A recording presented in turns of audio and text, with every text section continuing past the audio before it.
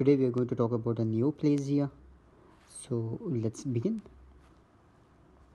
So the introduction of the neoplasia. What does neoplasia mean, and why we call it neoplasia?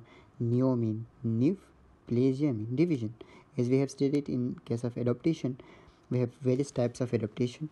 We have atrophy, hypertrophy, hyperplasia, and metaplasia, dysplasia. So neo mean new, plasia mean increase in the number of cells. So in neo mean new formation of cell. If there is excessive new formation of the cell and that is uncontrolled to the normal physiology, then we can call it the neoplasia.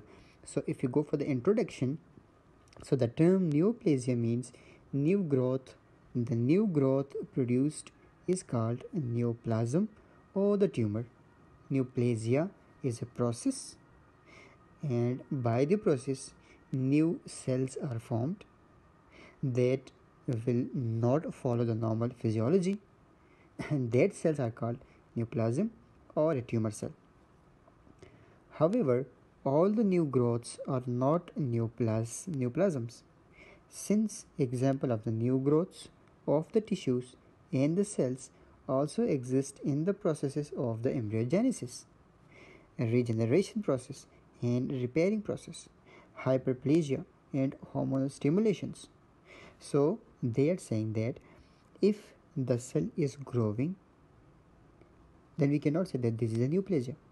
If the cell, one cell is giving another cell, then that cell gives two more cells.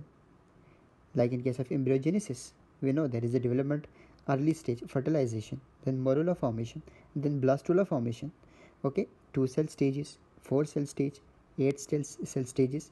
So these are the embryogenesis, where again there are new cells are producing, but there is not a cancer cell. Why there is not a cancer cell? Because that is controlled by normal physiology. As we know, the regeneration and repairing process, we have stated that regeneration means formation of the new cells when the cell damage. It's mean that the new cell which is forming at the site of injury is under the control of body physiology. Same as the repairing process, same as the hyperplasia. They are the hormonal, in the hormonal control or neurogenic control, they are control of the body's physiology. So what this cancer, then why we can call as cancer that is different from this? As I earlier said, cancer cells will not follow the body normal physiology. That's why the proliferation and maturation of the cell in the normal adult is controlled, as a result of which some cells proliferate throughout the life.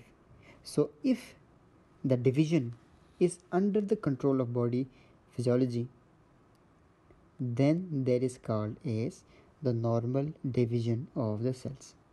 That will not call as the tumor. For example, we have said it in case of tissue repair. There are different cells like labile cells which keep dividing and giving new cells, but that is under control. Some cells have limited proliferation and they divide when there will be injury.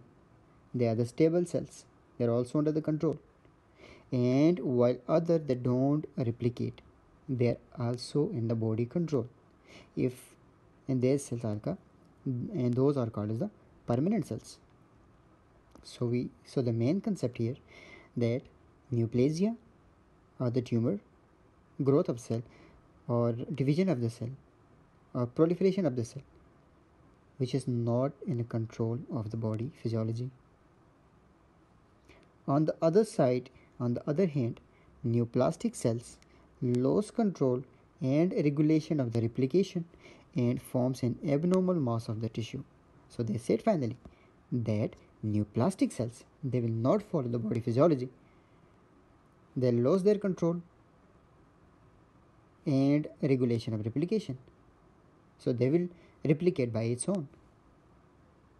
Therefore, satisfactory definition of a neoplasium or the tumor is a mass of the tissue formed as a result of abnormal, excessive, uncoordinated, autonomous and purposeless proliferation of the cells even after cessation of the stimulus for the growth which cause it. Understood? So for example, if there is a cell and there is a growth hormone, if this growth hormone is acting on the cell and the cell now needs to proliferate into two, it means it's a normal hyperplasia or normal division of the cell. But sometime, these cells or this cell which has a receptor for the growth hormone is mutated. So despite there is no, for example, there is no growth hormone, but still in the absence of growth hormone, these receptors get excited because of some genetic mutation that can cause excessive proliferation of the cell. Now we can say this can lead to development of tumor. So if the cell is dividing as a result of some abnormal, some excessive or uncoordinated or some sort of autonomous and purposeless proliferation, despite of cessation of the stimulus. So if there is no stimulus but the cells keep dividing, then we can say that there may be or there can be or there will be a tumor formation. So the branch of the science dealing with the study of the neoplasm or the tumor is called oncology. So what is oncology? Study of the cancer is called as the oncology. What else they are saying? Then they are saying that the neoplasm or the cancer, they may be benign when they are slow growing and localized without causing much difficulty to the host, or malignant cancers when they proliferate so rapidly, spread throughout the body by the help of blood or lymph nodes or lymphatic system, and may eventually cause the death of the patient. So if the tumor is slow growing, well differentiated and localized, then we can call it as the benign tumor.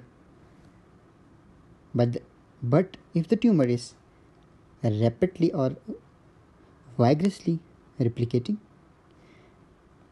they are destroying the nearby tissues and invading the tissues and going one place to another place, then we can call it as malignant tumor.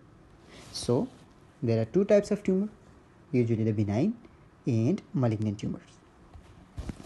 Next concept of the today's lecture is carcinogenesis. So these are the factors that leads to development of the cancer. So those are called as the carcinogen, and the process is called as carcinogenesis. For example, if there is a virus, I will take a virus of human papilloma. This human papilloma virus releases E6 and E7 protein. E6 will block P53, which is an apoptotic gene, while E7 will block the retinoblastoma, which is an apoptotic gene, anti-apoptotic gene. So it will excite this one and inhibit this one. So when there will be inhibition of P53, no apoptosis.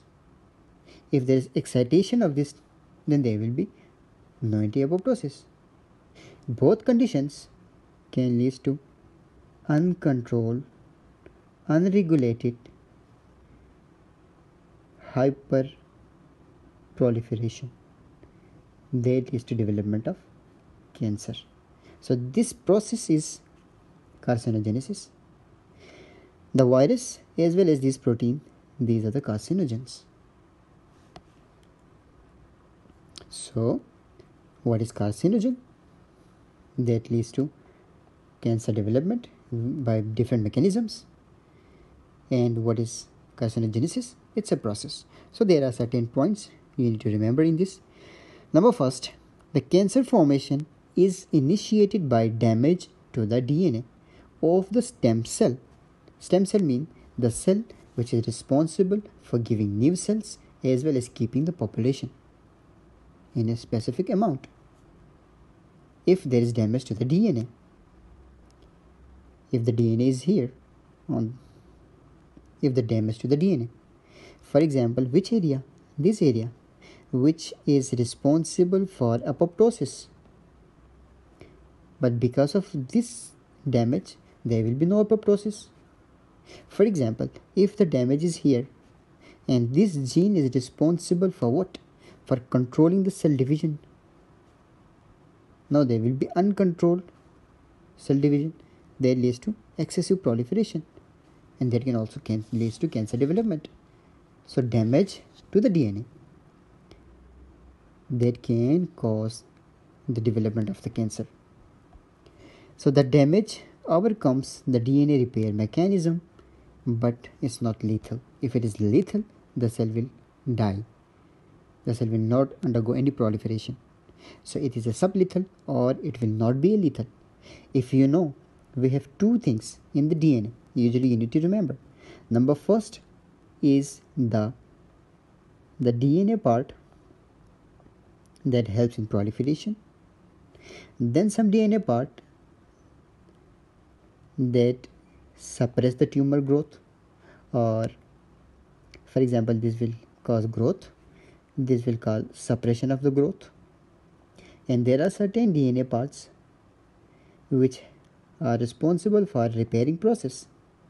If the DNA is damaged here, another part will try to repair this damaged DNA. But sometime the carcinogen is so severe that it overcomes the repairing part of the DNA. So there will be no repair, only damage that can lead to tumor development. What else they are saying? The carcinogens are the agents that damage the DNA, increasing the risk for the cancer development. Important carcinogens including the chemicals, oncogenic viruses like human papilloma virus, Epstein-Barr virus, cytomegalovirus virus, and a lot of other viruses. And radiation. How the radiation causes development of the cancer? Because radiations are toxic. They directly damage the DNA.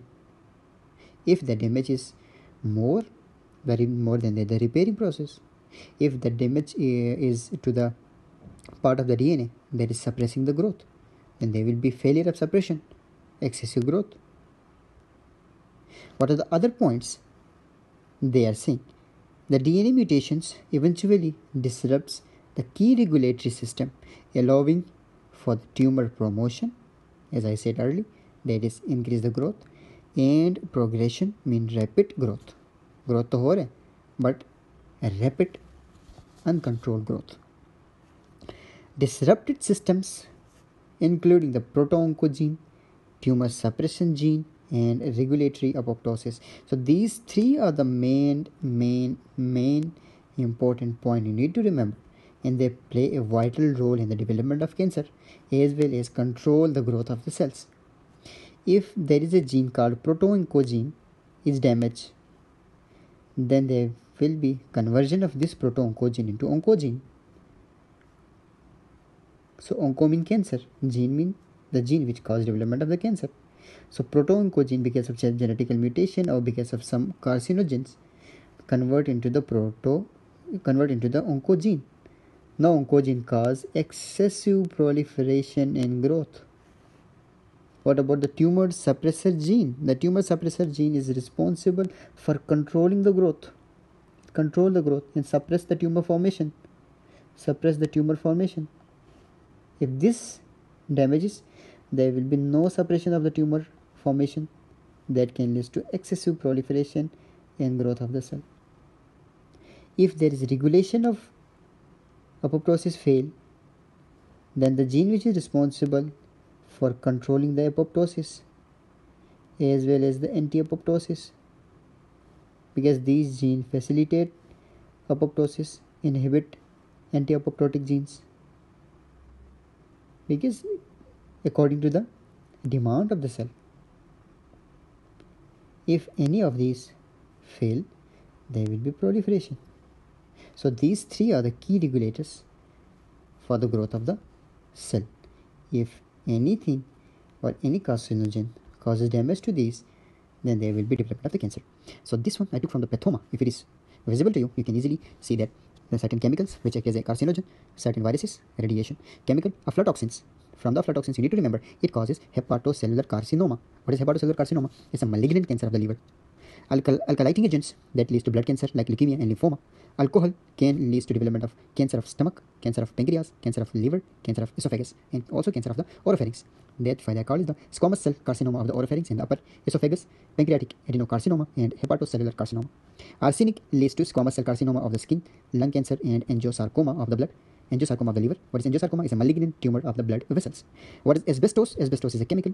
I think we have studied in pneumoconiosis. These are the substances that deposit into the lung, and that can lead to lung carcinoma as well as the mesothelioma is a malignant or the benign. Mesothelioma is a benign cancer of the pleural lining, which is more specific to the asbestos. Cigarette smoking can lead to again lung cancer, esophageal cancers, and kidney and bladder cancers as well. And nitrosamine is related to the stomach cancer only. Carcinoma, stomach is a malignant cancer of the stomach. And naphthylamine causes urothelial carcinoma of the bladder. And vinyl chloride, angiosarcoma of the liver. Nickel, chromium, and beryllium or the silica, they are again the dust particles that deposit into the lungs, so that can lead to development of the malignant cancer of the lungs. So you understood that what has been malignant cancer: rapid division, uncontrolled, very uncontrolled, or invasive cancer, and they can be metastasized to different areas. Human papilloma virus and one other virus that I want to mention here, that is the Epstein-Barr virus, EBV, that is related to the nasopharyngeal carcinoma, Burkitt lymphoma, and CNS lymphoma in AIDS patients. They are related to the Epstein-Barr virus. Human herpes virus, that is also 8 especially, is associated with the Kaposi sarcoma. It's the sarcoma or the cancer of blood vessels again. And hepatitis B and hepatitis C virus leading to hepatocellular carcinoma. And HTL V1, this is associated with the adult T-cell leukemia or the lymphoma. And HPV, that is human papilloma virus, is associated with squamous cell carcinoma of the uvula, vagina, anus, cervix, adenocarcinoma of the cervix, because these are the sexually transmitted viruses. Radiation exposure can also lead to AML, acute myeloid, and chronic myeloid lymphoma or leukemia, papillary carcinoma of the thyroid. So these are the carcinogens that are helpful in the development of the cancer. So how the development of the cancer occurs? There may be some stage by which there is a development of the cancer. Yes, that is called as the carcinogenesis. It's a process of tumor development. So the development of the tumor, what happened? If initially there is a noxious factor or any irritating factor, any carcinogen, they are irritating the cell try to adopt initially. If the stimulus is there, noxious stimulus, the cell try to adopt the environment. In case of GERD, we gave an example, GERD, gastroesophageal reflux disease. What happens if there is continuous reflux of the acid into the stomach, into the esophagus? The esophagus try to adopt. They will do some, there will be inflammation initially, then gradually there will be adaptation. There will be metaplasia, hyperplasia. So that metaplasia causes conversion of the squamous epithelium to the columnar epithelium. Still, if the stimulus is persist, then there will be dysplasia. Mean the cell, you can see here the columnar. You can then in the dysplasia you cannot see that which type of cell is it. It is difficult to identify the type of the cell. The differentiation will not be that much good. That's why they have some atypical features also. Then we can say that the cell is undergoing a very drastic change. The cell may undergo a neoplastic form. So initially metaplasia, then there will be dysplasia. Gradually this dysplasia will develop in a cancer formation. Which type of cancer? In case of GERD, there is the adenocarcinoma of the esophagus. I will make you understand what does mean adenocarcinoma. You need to remember carcinoma, if I say it's a malignant tumor. And this condition is called as the Barrett esophagus, as you all know about it. So Barrett esophagus is a condition when repeatedly exposure of the esophageal lining to the acid leads to development of the cancer, that is the adenocarcinoma. So there will be hyperplasia, then there will be dysplasia, then there will be neoplasia or tumor formation. The tumor may be benign, the tumor may be malignant. If it is malignant, then gradually it will go into the carcinoma in situ. That is the anaplastic changes are marked and involve the entire thickness of the epithelium. So a carcinoma in situ is a condition, it's a malignant tumor that is ready to metastasize, ready to invade the other structures. If it is ready, if it is involving the whole thickness, and ready to do and ready to invade the another structure, then we can call is the carcinoma in situ. For example, this is the skin. Tumor development is here. If it is localized and slow growing, we can say it's a benign tumor. But if it is growing rapidly and aggressive, and then it's called as a malignant tumor. But if it is growing the full thickness is involved. Now it's ready to invade the structure. For example, this is the blood vessel. It is ready to invade the blood vessel. Then I can say it's a carcinoma in situ. So carcinoma in situ is the initial stage or the early stage or stage just before the invasion of the cancer to the another areas. So then there will be invasive carcinoma, and then there will be the metastasis. Metastasis means the tumor from one place will go to the another place. This is what the metastasis means. Now you can see here only the initial stage. There is a genetical mutation of the epithelium. This genetical mutation is because of some carcinogen. Then gradually there will be hyperplasia. Then there will be dysplasia. Then there will be carcinoma in situ. It means the cell rapidly grow and stay in one place and involve the whole full thickness of the cell. Then there will be invasive cancer. We can see that the cell is trying to invade the blood vessels. And finally there will be metastasis. Mean metastasis from at a distant site. Then they will go to the another site. If I want to show you a very beautiful image here from the Robbin, you can see in this image that here how beautifully the tumor is going from one place to another place. Look at this image. These are the tumor cells. What happened? This is what the transforming cell. Then there will be development of the tumor. The tumor then metastasized. Then gradually it going to the blood vessel. That is what we call as the intravasation.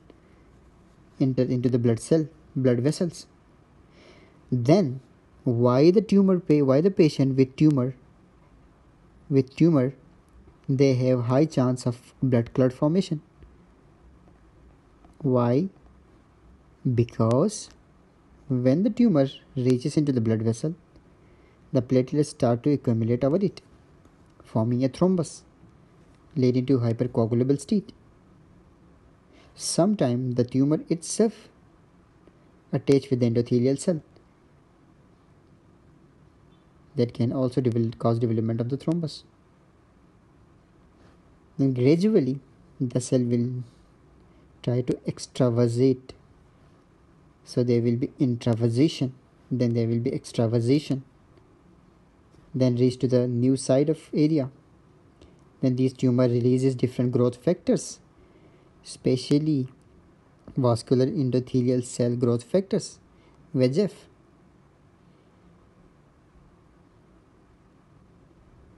So these VEGF, what it do? It will initiate or enhance the growth of the new blood vessels. That is called as the angiogenesis. So new blood will form and try to feed the cancer. So see, cancer from here reach to here.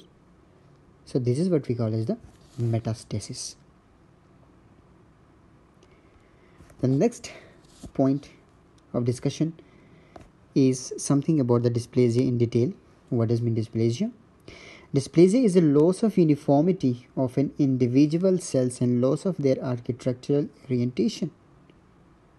Although dysplasia is non-neoplastic and is reversible upon removal of the initiating stimulus, it predisposes to neoplasia or the neoplastic transformation. So for example, if two cells are here, now these two cells, previously it was same, now because of some stimulus, because of some extrinsic factors, this cell is, for example, this cell is normal at the another site, and this site the cell become changed, a big nuclei, prominent big nuclei, small cytoplasm, and the cell architecture is also not that much uniform or that much equal or same to that of the new cell, that of the old or the original cell. So there will be loss of architecture of the cell. There will be certain other changes that we will study in case of characteristic of the dysplastic cell. Now we can say that this cell is undergoing a dysplasia. If the stimulus is stop, there is a chance that it will go to normal condition. But if persist, it will go to the cancer development. So what are the features of the dysplasia? The features of the dysplasia, or the characteristics of the dysplasia, how we can say that this is dysplastic cell? You must remember this thing. There will be pleomorphism, mean different cells will be there. One cell will be round, another will be cuboidal, another will be some sort of different shape, different morphological shapes. So that means pleomorphism, that is variation in size and the shape of the cell. Hyperchromatic, the nucleus will be deeply blue in color and larger in size. That's why they are deeply stained, they're called as the hyper, increased chromatic color, and abnormally large nuclei. There will be increase in mitotic figures because the cell is dividing. Okay, there will be increase in mitotic figures with the normal pattern. While if it is in the abnormal pattern, then we can say that this is not a dysplasia, it's a cancer. So if it is increase in mitotic figure with a normal pattern, dysplasia. If it is increase in mitotic figure at the abnormal position or with abnormal pattern, then we can call it the neoplasia. Mitosis in abnormal location within the epithelium. Within the epithelium, we can find mitosis at the abnormal, but this is not you can say completely specify or the feature of the dysplasia. It is also a feature of the neoplasia. That's why some features of the dysplastic cell similar to the neoplasia, some features are not similar to dysplasia, not similar to that of the neoplasia. So dysplasia is a stage between the normal as well as the neoplastic cell. So it has some features of the tumor or the neoplastic cell. Okay, like the mitosis in abnormal location within the epithelium, there is somewhat close, has a relation with the feature of the neoplastic cell. There will be architectural anarchy of the cells, confusion or disorder. You cannot say that this is normal or abnormal. There will be confusion. You cannot say that this is a normal cell. No, it's not. It's a cancer cell. No, there will be some problem or confusion because of the features. Some feature related to the normal, some feature related to the cancer cells. That will be dysplasia is a borderline. Look at this image. In this image, if you want to focus, you can see this one is the skin. This is also the skin. But here you can see these are the flat cells. If you know, there are basal cells which have the capability to perform a mitotic division. And these are only the stem cell of the skin. Only the basal cell, they have the capability to give new cells. So mitotic figures should only be present at this location. Then there will be parabasal cells. Gradually, when it moves upward, the cell becomes mature and mature. Once the cell becomes more mature, it converts into a flat cell with a bigger cytoplasm and a small nuclei. Finally, loss of the nuclei and keratin deposition. That is the feature of the skin. So this is what the normal stratified squamous epithelium. And you know where we can find? We can find in the skin, and we can find in the vagina, we can find in the ectocervix. So all these areas, they have the stratified squamous epithelium. So this is the basal cell, then we have the parabasal cell, then we have the intermediate cells, then we have the superficial mature squamous epithelium. So this is what the sequence of development or maturation. You cannot find in this area any sort of division, any sort of mitotic division. It means it's a normal. But if you compare with this image, you cannot identify that which one is the basal cell, which one is the parabasal cell, which one is the squamous cell. No, there will be confusion. It means the cell is in the dysplastic state. If I take one example, this one, you can see that this is the cell. and the nucleus is going to divide. So this is what the mitotic figure. So you can see in just near the superficial area, you can see a mitotic figure. In the intermediate zone, you can also find a mitotic figure. The cell is going to divide. It means it's an abnormal process. Division should be on the basal, but no, division are here. It means the cell is undergoing a dysplastic change. Soon it will convert into the cancer development. And if I take another cell, for example, then I can see that the cell has less cytoplasm and more nucleus, highly dark nucleus as compared to these cells. Look at this cell and this cell, compare. So this is what we call as the dysplasia. So some features of the cancer cell we will talk here. So characteristics of the cancer or the tumor cell. The characteristics of the tumor cells. Fundamental to the origin of all the neoplasm is loss of responsiveness to the normal growth control. This is one of the features of the tumor cell. If the tumor cells is following the normal physiology, it means there is no tumor. It's not a tumor cell. But if it is it don't have the control, then we can say it's a tumor cell. So loss of responsiveness to the normal growth control is a feature of the tumor cell. It behaves like a parasite and compete. It's not a complete, it's a compete. Okay, so it will compete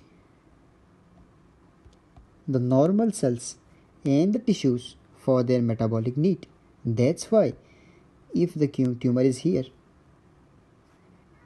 or the normal cells, this tumor will consume more energy, more nutrition. That's why आपने देखा होगा all the patients with the cancer, especially the malignant cancers, they will undergo a generalized cachexia, generalized weakness,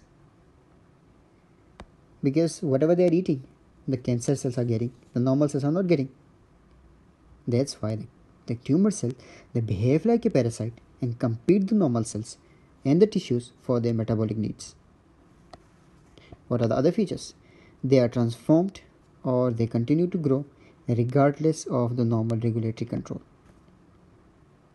They will not follow, so they will not care. They steadily increase in size regardless of their local environment and nutritional status of the host. If the host is eating or not, no, they don't care. They don't know that the host is getting nutrition or not. They need energy and they get energy. That's why they will use all the body's energy, glucose, carbohydrates. Then there will be weakness of the patient. Some neoplastic cancers require endocrine support. Some cancers, they required some endocrine hormone for rapid division, like estrogen.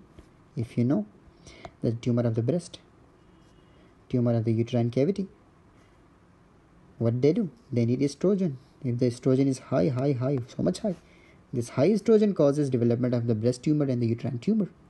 It means these tumors are dependent of the hormone level. That's why in patients with high estrogen level can also lead to development of the cancer. Now, they are dependent on the host for their nutrition and blood supply. If the host is died, then the tumor cells start to die. Until and unless the host is alive, tumors start to grow. So this is what about the feature or the characteristics of the tumor cell. So this is what the small sample of the large intestine. So you can see here is the small intestine and here is the cecum. So here is the appendix, and what they are doing, they are showing a small cancer here. So this is what the cancer of the cecum, and this is the ileocecal junction, and this is the fat pit, And you can also find small benign cancers or small polyps, different size. If there is multiple, we can call as polyposis. So it's a large intestine or the cecal polyposis or polyp formation. So some polyp with 3 mm size. Here is a polyp with 5 mm, 6 mm.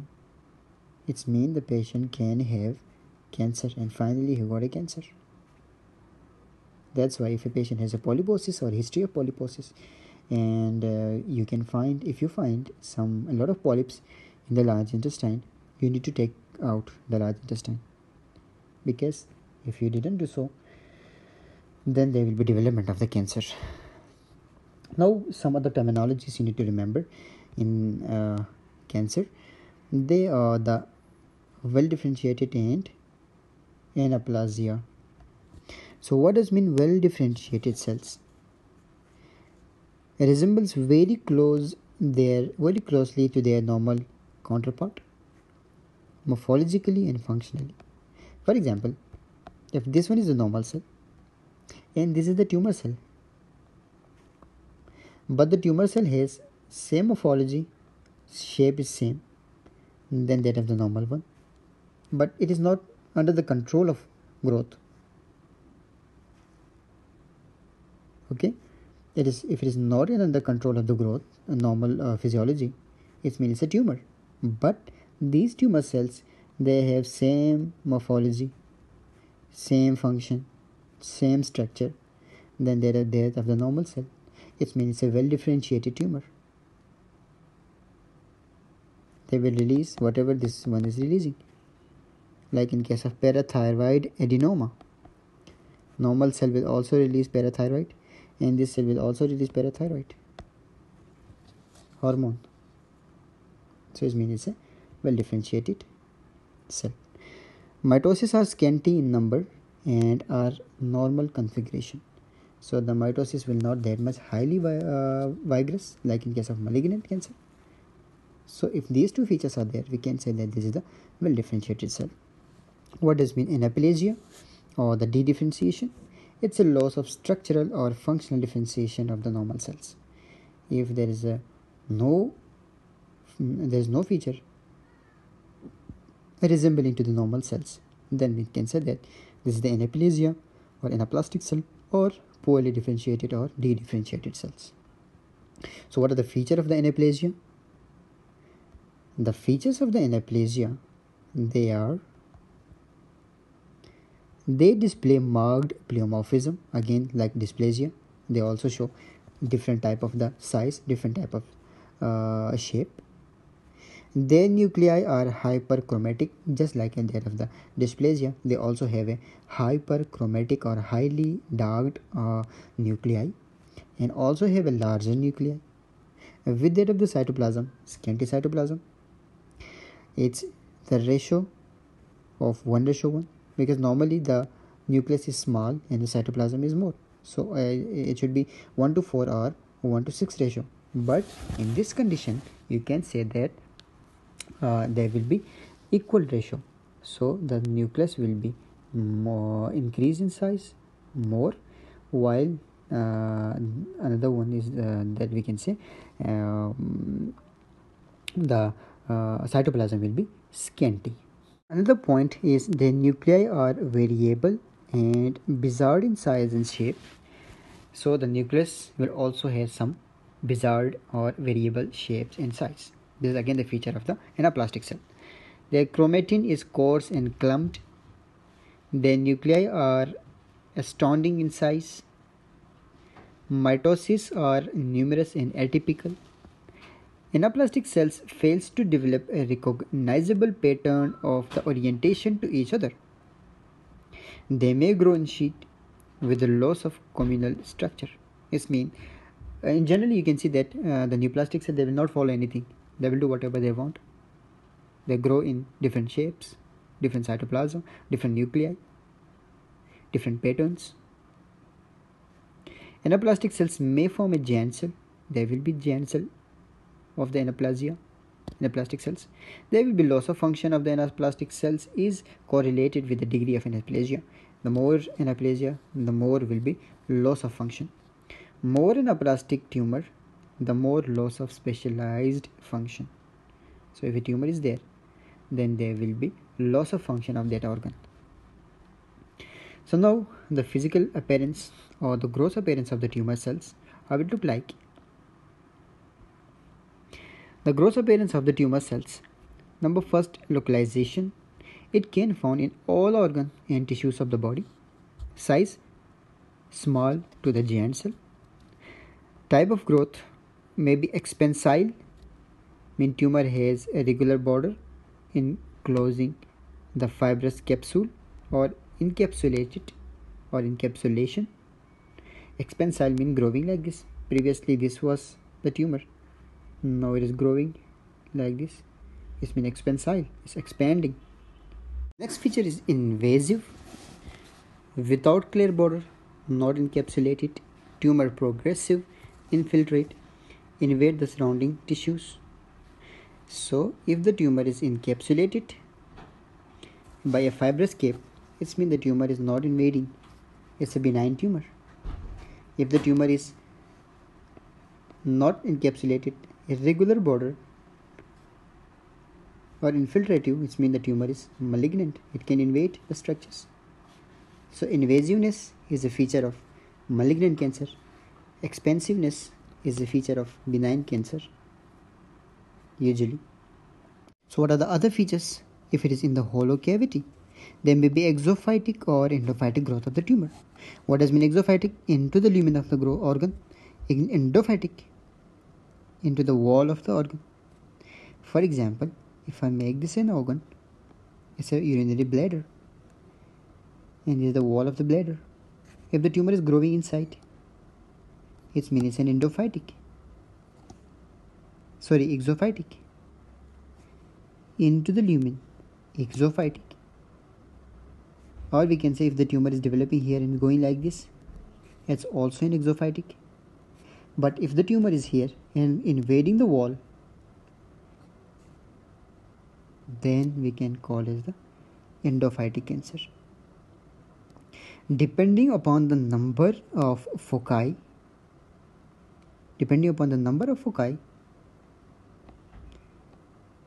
we can say unicentric or multicentric.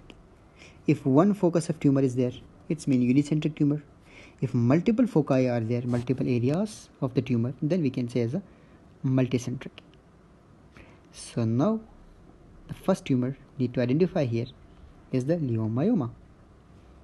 A leiomyoma of the uterus. So this is the uterine cavity tumor of the tumor, or we can say it's a tumor of uterine smooth muscles. It can be malignant or it can be benign. If it is benign, it should be encapsulated and there should be no invasion. So if it is benign, we can call it the oma. But if it is malignant, we can call two things. Number first, sarcoma. Number second, carcinoma.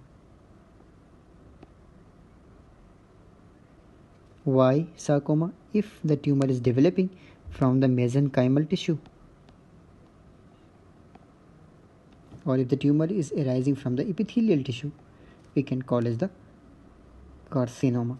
For example, squamous cell is the epithelial cell. If the malignant tumor of the squamous, we can call it the squamous cell carcinoma.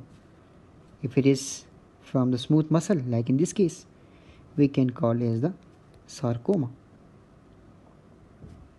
So it is originating from the smooth muscle, so it will call as the leiomyoma. It's a benign tumor of the smooth muscle of the uterus. If it is leiomyosarcoma, then it will be a malignant tumor of the uterus. The next point, you can also hear a lot of tumors. You can see here Lenitis plastica. It is a diffuse tumor of stomach. That's why the stomach diffusely become rubbery and thick walled. That's why it is called as the linitis plastica. It's a diffuse carcinoma of the stomach or diffuse malignant cancer. Here we can see carcinoma of the lungs. Now you need to know what is carcinoma. It's a benign, it's not a benign, it's a malignant condition. If I say oma, only oma, then it will be benign. If it is carcinoma or sarcoma, then we can call it the malignant tumor. Here it's an eye. You can see that this is the axis and the tumor is growing like this. So it's an exophytic, it's going away from the central axis.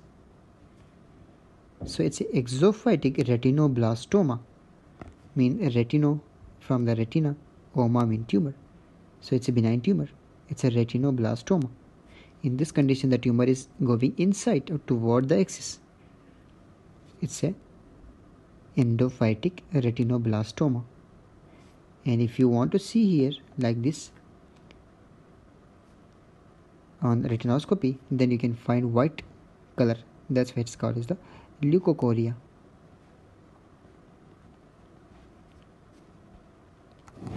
What does mean hepatic? It's a liver adenoma. It's a benign tumor. So it's a hepatic benign tumor. Next, some of the shapes of the tumor. The shapes of tumor including in a compact organ and in the wall of the hollow organs, there may be nodule, small nodule, or maybe cyst. Like in case of ovary, it's a hollow organ, or we can say there are spongy structures are there. So in case of ovary, we can also see cyst adenoma ovary or mucinous cyst adenoma of the ovary. That is the cystic tumor of the ovary. So you can find cystic tumors. You can also find the nodular tumors. At the surface of skin and the mucous membrane, there will be plaque formation, polyp growth, or fungating tumor, fungus-like. Surface of the tumor may be smooth, may be irregular, including the finger-like projection called as the papilloma.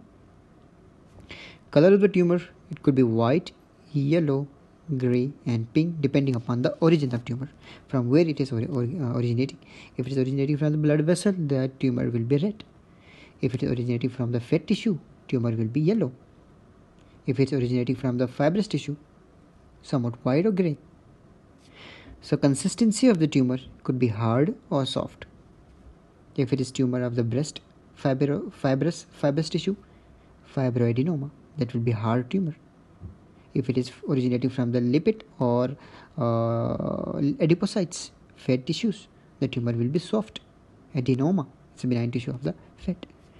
The cut surface will be homogeneous in case of acute or in case of benign tumor, or there will be some non-homogeneous structure with necrosis, some area of hemorrhages, some calcification, and accumulation of mucin.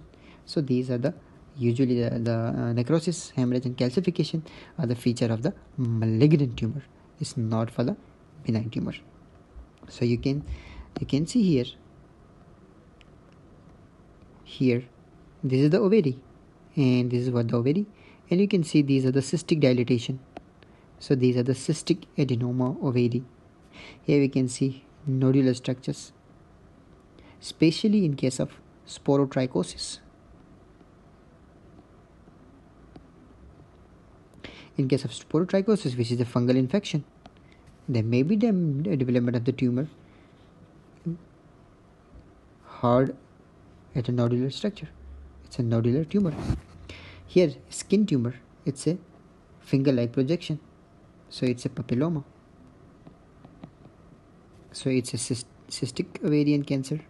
It's a node-like structure. It's a papilloma. And this one is the irregular here margins. So it's a fungating tumor. So these are the different types of the different shapes of the tumor. So how we can do the diagnosis of the tumor? So the lab diagnosis of the tumor that will help in identifying the type of tumor, the location of the tumor. Histological method, they will present either it is normal cell or not, either it is a benign or malignant cancer. Cytological method, we will try to study the cell atypia, size of nucleus, mitotic figures. All those are helpful in identifying the tumor. Histochemistry and cytochemistry, immunohistochemistry, different there are different markers that will help in identifying the tumor. Electron microscopy and the tumor markers, a lot of tumor markers are there. I will teach you in upcoming videos. So what are the serum markers of the tumor? The protein releases by the tumor into the serum, like PSA, prostate specific antigen, in case of prostate cancer, useful for screening, monitoring response to the treatment, and monitoring reoccurrence. So tumor specific marker is not only helpful identifying the tumor, it also help in monitoring that treatment. If it is increasing, we can say that treatment is not good. If it is decreasing, we can say yes.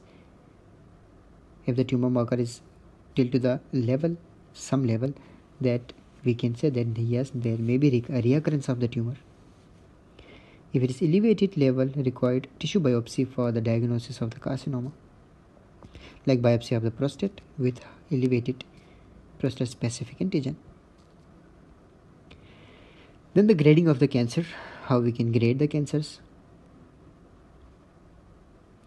Microscopic assessment of differentiation, that how much a cancer resembles to the tissue in which it grows. Takes into account architectural or nuclear features by looking the shape, by looking the size, by looking the nuclear features, we can grade the tumors. Like well differentiated tumor, it means it's a low grade tumor or benign tumor. It has more resemblance to the normal tissue. If it is poorly differentiated, it means high grade tumor. They don't have any resemblance to the parent tissue or the new tissue, old tissue or the normal tissue. They may be undifferentiated, complete loss of resemblance, and growing by its own. What about the staging of the tumor? Staging of the tumor, assessment of the size, spread of the cancer, key prognostic factors, more important than the grade, determined after final surgical resection of the tumor. The tumor is studied histologically, then we will say, yeah, this is the first, second, third grade, or it is metastatic tumor or not, or the tumor has invaded into the lymph nodes or not. That is the staging. It's utilized the T and M classification. What does mean T? It's a tumor. Tumor means the size of the tumor. If it is skin tumor, we can also find the depth or invasion of the tumor, the depth of invasion, and spreading of the tumor to the regional lymph nodes. M for metastasis. Yes, the tumor is metastasis or not. Metastatic to single organ or multiple organs. That also will helpful in staging of the tumor. Single most important prognostic factor. So this was something about the tumors. Thank you.